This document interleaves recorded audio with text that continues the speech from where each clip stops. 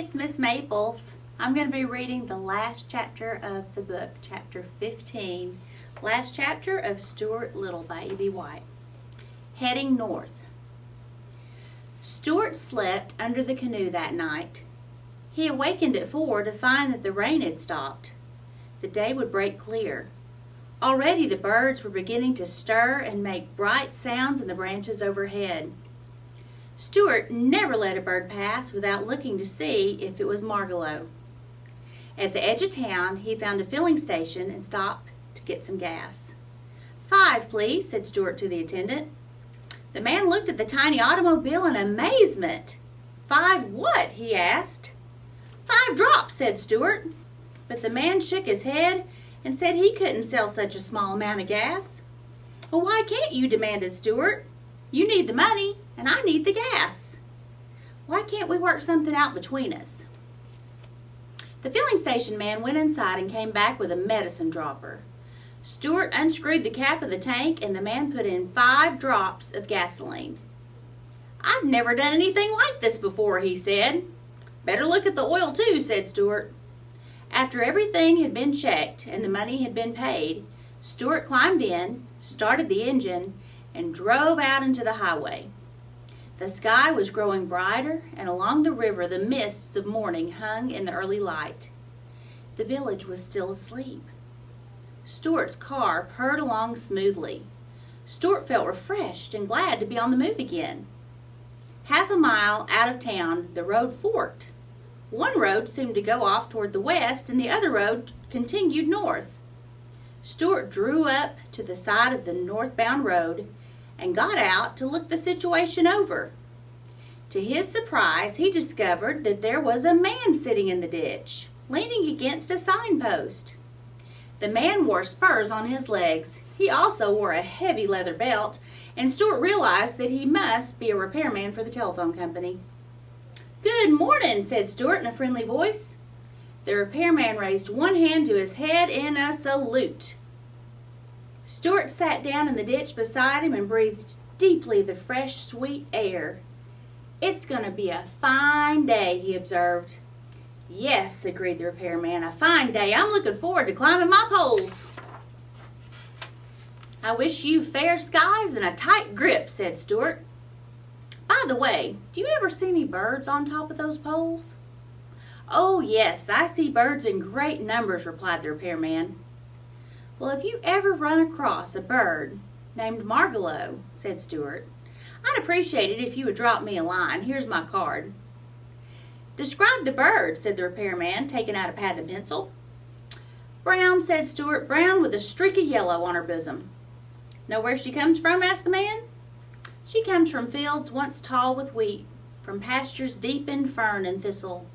She comes from vales of meadows sweet, and she loves to whistle. The repairman wrote it all down briefly. Fields, wheat, pastures, fern, and thistle. Vales, meadows sweet, enjoys whistling. Then he put the pad back in his pocket and tucked Stuart's card away in his wallet. I'll keep my eyes open, he promised.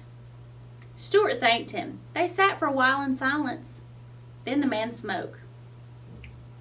Which direction are you headed? He asked. North, said Stuart. North is nice, said the repairman. I've always enjoyed going north. Of course, southwest is a fine direction, too. Yeah, I suppose it is, said Stuart thoughtfully.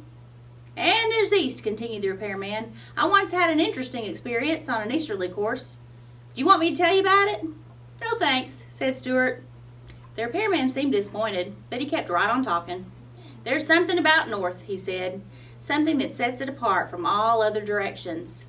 A person who is heading north is not making any mistake, in my opinion. That's the way I look at it, said Stuart. I'd rather expect that from now on. I shall be traveling north until the end of my days. No thanks, said Stuart. The repairman seemed disappointed, but he kept right on talking. There's something about north, he said, something that sets it apart from all other directions. A person who is heading north is not making any mistake, in my opinion. That's the way I look at it, said Stuart. I'd rather expect that from now on, should I be traveling north to the end of my days. Worst things that could happen to a person, said the repairman. Yes, I know, said Stuart. Following a broken telephone line north, I've come upon some wonderful places, continued the repairman. Swamps where cedars grow and turtles wait on logs, but not for anything in particular. Fields bordered by crooked fences, broken by years of standing still. Orchards so old they have forgotten where the farmhouse is. In the north, I've eaten my lunch in pastures rank with ferns and junipers, under fair skies with the wind blowing. My business has taken me into spruce woods on winter nights where the snow lay deep and soft, a perfect place for a carnival of rabbits. I have sat at peace on the freight platforms of railroad junctions in the north, in the warm hours and with the warm smells.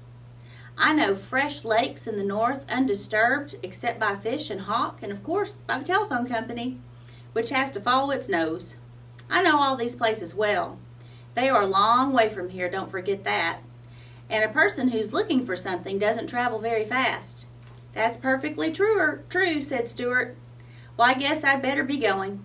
Thank you for your friendly remarks. Not at all, said the repairman. I hope you find that bird. Stuart rose from the ditch, climbed into his car, and started up the road that led to the north. The sun was just coming up over the hills to his right, and he peered ahead into the great land that stretched before him.